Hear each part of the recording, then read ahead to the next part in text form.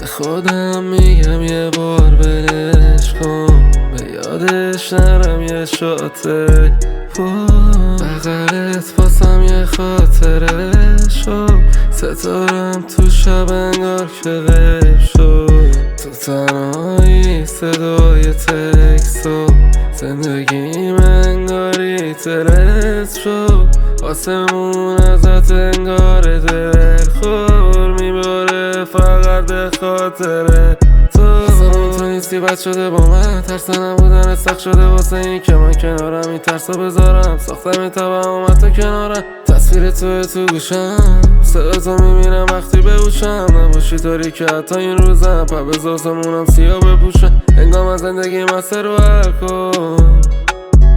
بی تو من خندم حبسه تو عکسو بوتانت بخش هنوز رو تخت رو بگم اما چی سخته بودن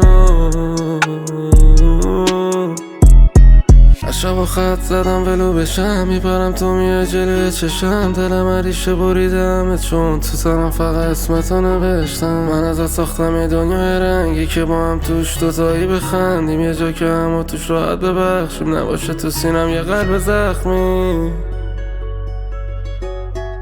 ببینم تو رو همه طرف میکشم برف رو بدنت، فقط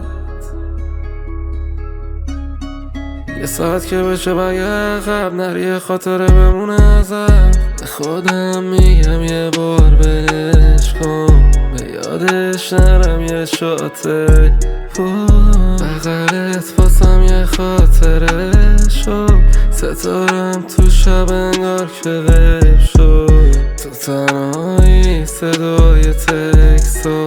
زندگیم انگاری ترس شد، آسمون ازت انگار دلخور میباره فقط به خاطر